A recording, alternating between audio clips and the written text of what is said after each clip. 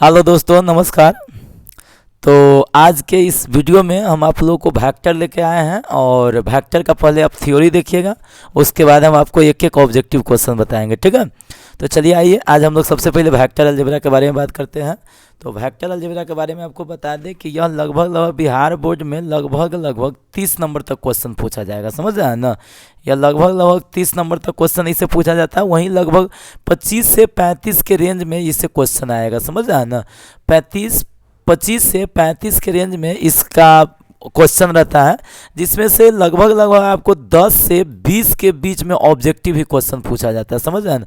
10 number से 20 number के बीच में ऑब्जेक्टिव क्वेश्चन पूछा जाएगा और बाकी सारा का सारा सब्जेक्टिव रहेगा, ठीक है। तो आप लोग वीडियो में कंटिन्यू बने रहिए और कहीं से भी आप लोगों को कोई अगर जो प्रॉब्लम होता है तो आप लोग कमेंट बॉक्स में ज़रूर बताइए, और वीडियो अगर जो अच्छा लगता है तो इसको लाइक कर दीजिए, दोस्तों में शेयर कर दीजिए। आइए हम लोग स्टार्ट करते हैं। देखिए, सबसे पहले वेक्टर क्लास से स्टार्ट करने से पहले सबसे पहले आपको ये जान लेना ज़रूरी है कि सबसे पहला चीज़ आपको ये समझना चाहिए कि फिजिकल क्वांटिटीज़ की what is physical quantities. Physical quantities क्या होता है, भौतिक राशि किसे कहते हैं ना। तो देखिए, फिजिकल क्वांटिटीज़ का यहाँ पे एग्जांपल दिया हुआ है कि the quantities which can be measured, वैसा क्वांटिटीज़ जिसे हम लोग क्या कर सकते हैं, माप सकते हैं। वैसा क्वांटिटी जिसे हम लोग क्या कर सकते हैं, माप सकते हैं, मतलब जिसे मापा जा सके, वैसा राशि जिसे मापा जा सके उसे कभी कहते हैं भौतिक राशि।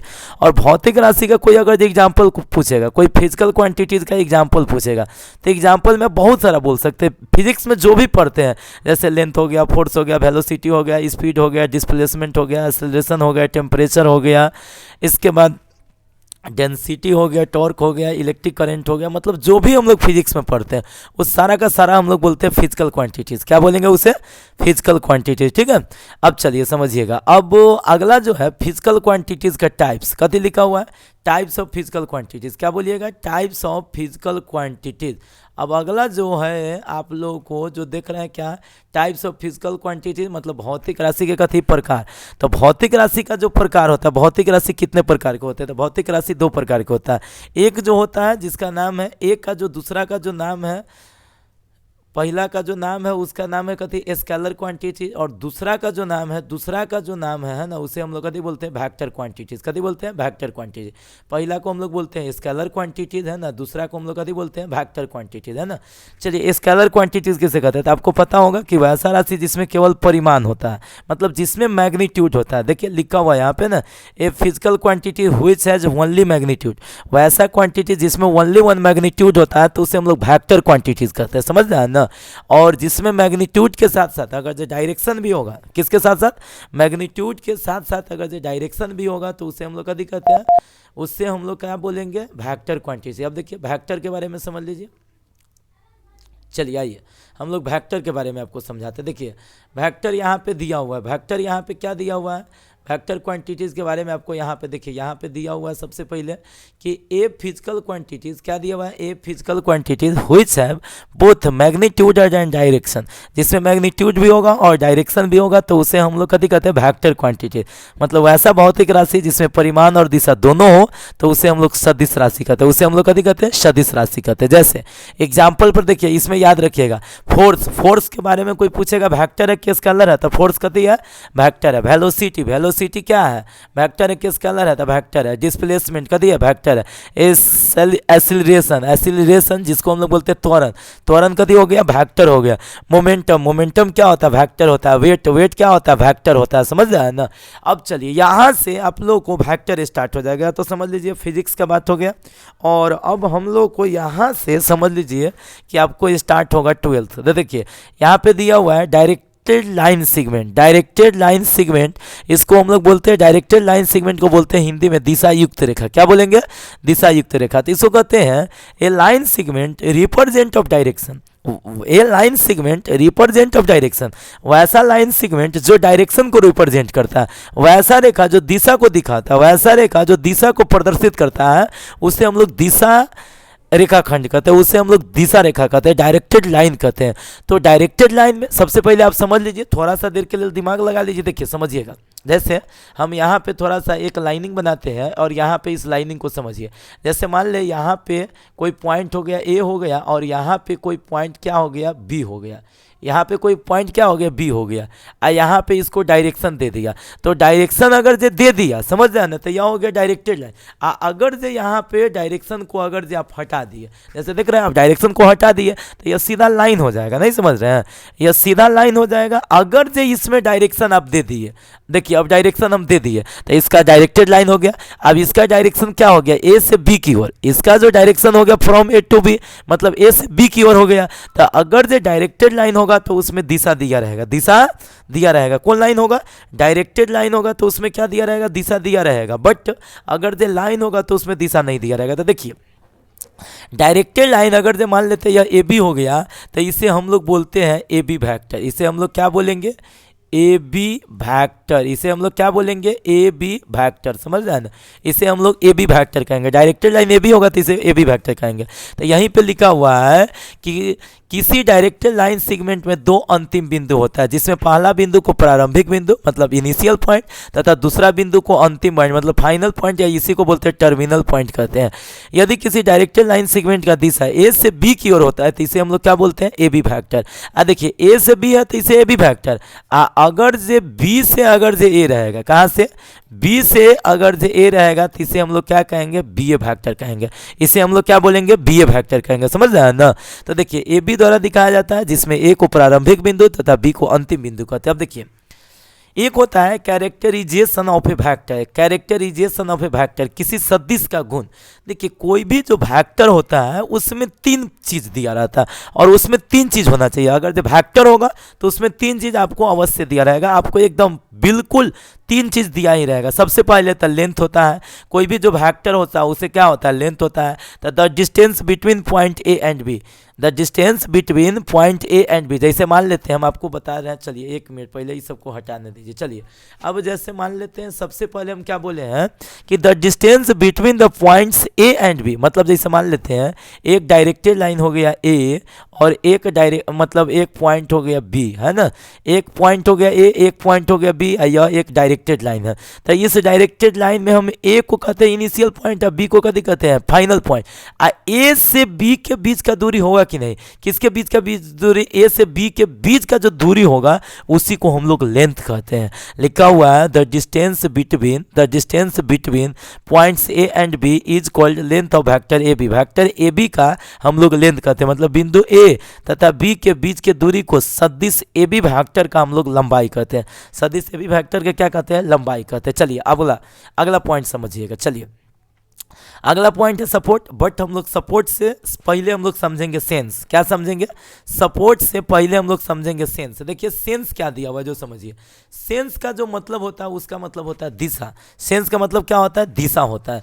सेंस को हम लोग दिशा कहेंगे। तो दिशा अब जानबे करते हैं, जैसे मान लेते हैं कि from initial point A to B is called sense, मतलब अब ए बी वेक्टर है तो इसका सेंस क्या हो गया, ए टू बी। अगर से ए बी वेक्टर है तो इसका सेंस क्या हो जाएगा, ए टू बी।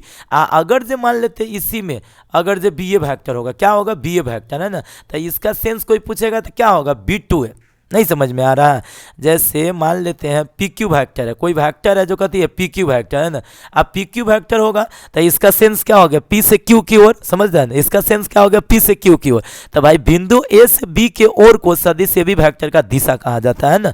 तो भाई हम लोग सेंस समझ गए, और सेंस के बाद आज हम लोग को एक और इंपॉर्टेंट पॉइंट को समझना है जिसको हम लोग बोलते हैं सपोर्ट। क्या बोलते हैं, सपोर्ट। तो लिखा हुआ है the part of line segment A B, the part of line segment A B is called, यहाँ पे थोड़ा सा मिस्टेक हो गया है, यहाँ पे हम लोग बोलेंगे सपोर्ट। क्या बोलेंगे, सपोर्ट। तो is called support of vector A B. अब जैसे मान ले, अब थोड़ा सा इस सबको फिर से मिटाते हैं। अब चलिए अब देखिए, अब जैसे मान लेते हैं यह एक ए बी वेक्टर हो गया, यह एक कथी हो गया, ए बी वेक्टर हो गया, समझ रहे हैं ना, यहाँ पे तीर का निशान लगा हुआ है।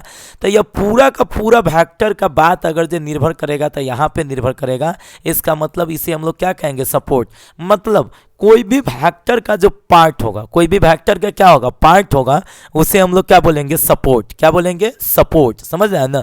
तो अगर जो हम पूछेंगे भाई वेक्टर का कितना चीज़ दिया रहना चाहिए, वेक्टर में अगर जो कोई भी वेक्टर होगा तो उसका कितना चीज़ आप बोल सकते हैं, तो आप 3 चीज़ बोल सकते हैं। एक लेंथ बोल सकते हैं, एक सपोर्ट बोल सकते हैं, एक सेंस बोल सकते हैं। तो लेंथ का मतलब समझ गए, सेंस का मतलब समझ गए, सपोर्ट का मतलब समझ गए। चलिए अब आगे बढ़ते हैं। देखिए अगला जो पॉइंट दिया हुआ उसको थोड़ा सा बढ़िया से समझिएगा, है ना।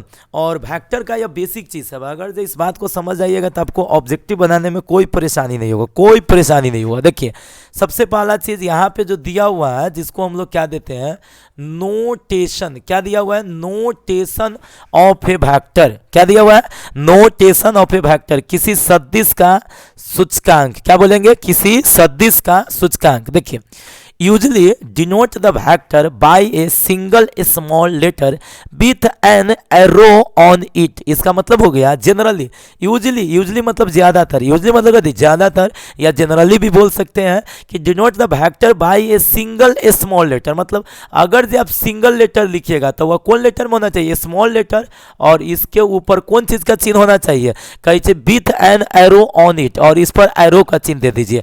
And it magnitude is denoted by only this letter, और इसका जो मैग्नीट्यूड होगा, जैसे मान लेते हैं इसको मैग्नीट्यूड, तो मॉडुलस लगा दीजिएगा, और मॉडुलस लगाइएगा ना तो इसको ओनली वन इस लेटर के द्वारा डिनोट करते हैं। मतलब मॉडुलस ऑफ ए वेक्टर को ये वेक्टर लिखेंगे कैसे, and it magnitude is denoted by only this letter, और केवल इस लेटर से डिनोट करेंगे। यहाँ पे दिया हुआ है ज्यादातर किसी सदिश को अंग्रेजी के छोटे अक्षर के ऊपर तीर का चिन्ह लगाकर सूचित किया जाता है। जैसे ए बी वेक्टर हो गया तो भाई इसको हम लोग ए वेक्टर कहेंगे, समझ रहे हैं। इसी में अगर जो modulus of A B vector कहेगा, आई के मतलब मॉडुलस ऑफ ए वेक्टर हो गया, तो मॉडुलस ऑफ ए वेक्टर को सीधा ए लिखना है। पी क्यू वेक्टर, तो पी क्यू वेक्टर को हम लोग सीधा क्या लिखेंगे, जैसे मान लेते इसको बी वेक्टर माने हुआ है तो इसको सीधा हम लोग क्या मानेंगे, बी। अब देखिए यह हो गया नोटेशन। सीधा याद रखना है आपको कि वेक्टर का हम लोग कैसे दिखाते हैं, वेक्टर को कैसे दिखाते हैं, तो 2 लेटर में लिखेंगे। कौन लेटर में, 2 लेटर में लिखेंगे। तो कैपिटल लेटर लिखेंगे, 1 लेटर में लिखिएगा तो स्मॉल लेटर लिखिएगा, 2 लेटर में लिखिएगा तो कौन लेटर लिखिएगा, कैपिटल लेटर लिखिएगा, और 1 लेटर में लिखिएगा तो कौन लेटर लिखिएगा, स्मॉल लेटर लिखिएगा। अगर जो कोई भी वेक्टर का एरो का चिन्ह दिया रहेगा और मॉडुलस निकालिएगा तो उस पर से एरो का चिन्ह हट जाएगा। जैसे आपको थोड़ा सा देर के लिए हम बता दें, जैसे मान लेते हैं एक ए बी वेक्टर हो गया, एक जो वेक्टर हो गया जो कति हो गया, ए बी वेक्टर हो गया है ना। इसका अगर जो मॉडुलस है तो इसका मॉडुलस बराबर क्या हो गया, ए बी। इसका मॉडुलस बराबर क्या हो गया, ए बी। समझ रहे हैं ना। मतलब कोई भी वेक्टर का अगर जो मॉडुलस दीजिएगा तो उस पर से एरो का चिन्ह हट जाता है। चलिए आगे बढ़ते हैं। देखिए अब जो अगला जो आप लोगों का जो कॉन्सेप्ट है, अगला जो कॉन्सेप्ट है जो देखिए मॉडुलस ऑफ ए वेक्टर, किसी सदिश का मापांक, कि भाई कोई भी वेक्टर का जो मैग्नीट्यूड है वह कैसे निकलेगा, उसका मॉडुलस कैसे होगा। तो the length of line segment of A B is called modulus. जैसे कोई वेक्टर अगर जो ए बी होगा, कोई डायरेक्टेड लाइन अगर जो ए बी होगा, जैसे मान लेते कोई डायरेक्टेड लाइन अगर जो ए बी होगा, थोड़ा सा देर के लिए मान लेते यह एक डायरेक्टेड लाइन ए बी है, तो इसके बीच का जो लेंथ होगा, इसका जो लेंथ होगा उसी को हम लोग मॉडुलस कहते हैं।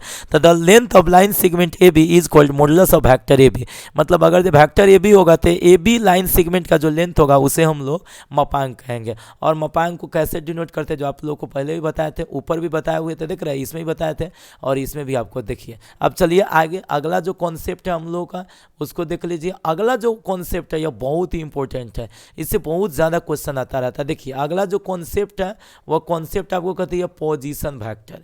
क्या है, पोजीशन वेक्टर। और पोजीशन वेक्टर है जिसको हिंदी में हम लोग स्थिति सदिश कहते हैं। कह रहा है कहते ए वेक्टर, क्या दिया हुआ है देख लीजिए, a vector whose initial point is origin. वैसा वेक्टर जिसका इनिशियल पॉइंट क्या होगा, ओरिजिन होगा, तो उसे हम लोग कभी कहते हैं पोजीशन वेक्टर कहते हैं। जैसे इसमें दिया हुआ है डेट इज, अर्थात अगर जो कोई point P X Y Z in a space, then OP vector, क्या बोलिएगा, ओपी वेक्टर, यहाँ पे जो दिया हुआ है OP vector is called position vector of point P. जैसे मान लेते हैं कोई पॉइंट अगर जो पी है, समझ रहे हैं ना, कोई पॉइंट स्पेस में पी है, तो कोई पूछेगा पॉइंट पी का पोजीशन वेक्टर क्या होगा, तो इसका पोजीशन वेक्टर क्या हो जाएगा, ओपी वेक्टर। अच्छा कोई पॉइंट अगर जो मान लेते ए है, अगर जो कोई पूछेगा इसका पोजीशन वेक्टर क्या होगा, तो इसका पोजीशन वेक्टर क्या होगा, ओ ए वेक्टर, समझ रहे हैं ना। अगर जो मान लेते कोई पॉइंट अगर जो बी है, कोई पॉइंट का दी है बी है, तो इसका पोजीशन वेक्टर क्या हो जाएगा, ओ बी वेक्टर, समझ रहे हैं। कहने का मतलब होता है कोई भी पॉइंट को अगर जो ओरिजिन से कांटेक्ट करा दीजिएगा, कौन चीज़ से, ओरिजिन से अगर जो कांटेक्ट करा दीजिएगा तो इसे हम लोग कभी कहेंगे पोजीशन वेक्टर। ओरिजिन से कांटेक्ट करा दीजिएगा तो इसे क्या बोलते हैं, पोजीशन वेक्टर। अब देखिए जैसे यहाँ पे दिया हुआ है, देखिए इज कॉल्ड पोजीशन वेक्टर। अब यहाँ पे दिया हुआ है it is denoted by R vector. देखिए अगर जो कोई पॉइंट पी रहेगा तो इसके पोजीशन वेक्टर को हम आर वेक्टर से डिनोट करेंगे। कथी से, आर वेक्टर से। आर वेक्टर से कब डिनोट करेंगे, जब कोई पॉइंट पी रहेगा। तो पॉइंट पी होता है जिसको हम लोग अज्ञात बिंदु बोलते हैं। कोई पॉइंट अगर जो पी रहेगा तो उसे हम लोग क्या बोलते हैं, अज्ञात बिंदु। कोई पॉइंट अगर जो पी रहेगा तो उसे हम लोग क्या बोलते हैं, अज्ञात बिंदु बोलते हैं। और we usually denote the position vector of A B C by कितना, O A vector, O B vector, O C vector. मतलब जैसे कोई पॉइंट ए है तो ए वेक्टर के पोजीशन वेक्टर को ओ ए वेक्टर बोलिएगा, एक लेटर में बोलिएगा तो ए वेक्टर, फिर ओ बी रहेगा तो इसे बी वेक्टर, ओ सी रहेगा तो इसे कथी, सी वेक्टर। अब देखिए दिया हुआ वैसा सदिश जिसका प्रारंभिक बिंदु मूल बिंदु हो तो उसे स्थिति सदिश कहते हैं। अर्थात यदि समतल में कोई बिंदु पी एक्स वाई जेड हो तो इसे हम लोग ओपी वेक्टर को बिंदु पी का स्थिति सदिश कहते हैं। ओपी को कहते बिंदु पी का स्थिति सदिश कहेंगे। अगर जो मान लेते कोई बिंदु ओ ए वेक्टर होगा तो ओ ए वेक्टर पॉइंट ए का पोजीशन वेक्टर कहलाएगा, है ना। और ओ बी होगा तो पॉइंट बी का पोजीशन वेक्टर कहलाएगा, ओ सी होगा तो पॉइंट सी का पोजीशन वेक्टर कहलाएगा। मतलब पोजीशन वेक्टर का मतलब आप समझ रहे हैं कि कोई भी पॉइंट का, कोई भी वेक्टर का अगर जो इनिशियल पॉइंट ओरिजिन होगा तो उसे हम लोग क्या कहेंगे, पोजीशन वेक्टर। समझ में आ रहा है ना। अगर समझ में आ रहा है तो वीडियो को लाइक जरूर कर दीजिएगा, ठीक है। चलिए हम लोग आगे बढ़ते हैं। देखिए अगला जो दिया हुआ है जिसे हम लोग बोलते हैं कंपोनेंट ऑफ ए वेक्टर। क्या बोलेंगे, कंपोनेंट ऑफ ए वेक्टर। इसमें दिया हुआ है किसी सदिश का घटक। क्या दिया हुआ है, किसी सदिश का घटक। देखिए कंपोनेंट मतलब होता है घटक। जैसे मान लेते हैं कोई पॉइंट अगर जो आप देखिए इसमें दिया हुआ let O B the origin and P X Y Z B any point in a space, then point O P बराबर आप लिखे हैं तो एक्स आई कैप प्लस वाई जे कैप प्लस जेड के कैप। याद रखिएगा कोई भी पॉइंट को अगर जो पोजीशन वेक्टर एक्स आई कैप प्लस वाई जे कैप प्लस जेड के कैप है ना, तो इसे बोलते हैं पोजीशन वेक्टर। अगर जो कोई पॉइंट जैसे मान लेते हैं, थोड़ा सा देर के लिए आप यहाँ पे समझ लीजिए, ओ अगर जो पॉइंट दिया रहेगा, ओ पॉइंट दिया हुआ है 2 कॉमा में 3 और कॉमा में कथी दिया हुआ है 4। अगर जो कोई पॉइंट इसका कहेगा पोजीशन वेक्टर तो पोजीशन वेक्टर लिखिएगा तो लिख दीजिएगा 2 आई कैप, है ना, फिर लिख दीजिएगा प्लस 3 जे कैप, अब फिर लिख दीजिएगा प्लस कितना 4 के कैप। समझ में आ रहा है ना, 4 के कैप। अब चलिए अब कोई भी वेक्टर का अगर जो पोजीशन वेक्टर निकालना है तो उसमें पहला वाला को साथ आई कैप लगा दीजिए, दूसरा वाला को साथ जे कैप लगा दीजिए, तीसरा वाला को साथ के कैप लगा दीजिए। चलिए समझिएगा, थोड़ा सा यहाँ पे दिमाग लगाइएगा। चलिए थोड़ा सा हम इसको ऊपर कर लेते हैं। चलिए समझिए तो क्या बोले हैं अभी पोजीशन, अभी कंपोनेंट ऑफ वेक्टर के बारे में बता रहे थे। तो मान लेते हैं कि भाई पोजीशन वेक्टर तो इतना लिखिए दीजिएगा, और is called component of vector, और इसी को हम लोग वेक्टर का कंपोनेंट बोलेंगे। तो कंपोनेंट का मतलब हो गया कि भाई उसको आई जे के में लिख दीजिए। कथी में लिख दीजिए, आई जे के में। तो कंपोनेंट जो होता है ना वह 2 प्रकार के होता है। अब सबसे पहले यहाँ पे जो एक्स वाई जेड है, कथी है, एक्स वाई जेड को हम लोग कहते हैं स्केलर कंपोनेंट। सॉरी यहाँ पे धोखा से लिखा गया स्केलर वेक्टर कंपोनेंट, जिसको कर दीजिए स्केलर कंपोनेंट्स, ठीक है। इसको हम लोग कथी कर देंगे, स्केलर कंपोनेंट।